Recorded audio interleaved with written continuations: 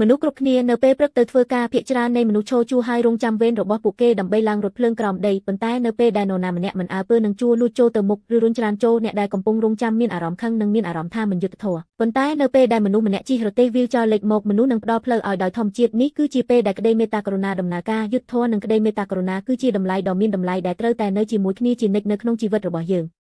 នៅក្នុងសៀវភៅពីសាមយូអែលជំពូកទី21មានរឿងរ៉ាវអំពីសម័យកាលដែលប្រជាជនអ៊ីស្រាអែលបានរងទុក្ខពីគ្រោះទូភិកដ៏គួរឲ្យភ័យខ្លាចអស់រយៈពេល3ឆ្នាំស្ដេចដាវីតបានអធិស្ឋានទៅកាន់ព្រះជាម្ចាស់ដើម្បីស្វែងរកមូលហេតុហើយព្រះជាម្ចាស់បានបង្ហាញថានេះគឺដោយសារបាបរបស់ស្ដេចសូដែលបានសម្លាប់ប្រជាជនគីបៀន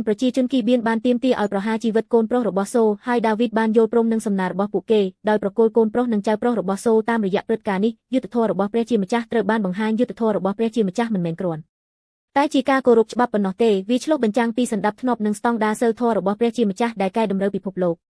ដោយសារកំហុសរបស់សូគ្រួសាររបស់គាត់បានរងទុក្ខប៉ុន្តែព្រឹត្តិការណ៍នេះគឺជាផ្នែកមួយនៃការវិនិច្ឆ័យដ៏យុត្តិធម៌របស់ព្រះជាម្ចាស់ទោះជាយ៉ាងណាក៏ដោយយុត្តិធម៌របស់ព្រះជាម្ចាស់ត្រូវបានភ្ជាប់ជាមួយនឹងក្តីមេត្តាករុណានៅទូទាំងព្រះគម្ពីរយើងឃើញថាព្រះជាម្ចាស់វិនិច្ឆ័យបាបប៉ុន្តែក្នុងពេលជាមួយគ្នានោះព្រះជាម្ចាស់ស្រឡាញ់យើងហើយបានបញ្ជូនព្រះយេស៊ូវមកកាន់យើងឈើឆ្កាងរបស់ព្រះយេស៊ូវគឺជាកន្លែងដែលយុត្តិធម៌និងក្តីមេត្តាករុណារបស់ព្រះជាម្ចាស់ជួបគ្នាយ៉ាងល្អឥតខ្ចោះព្រះយេស៊ូវបានទទួលយកបាបរបស់យើងហើយត្រូវបានវិនិច្ឆ័យជំនួសយើង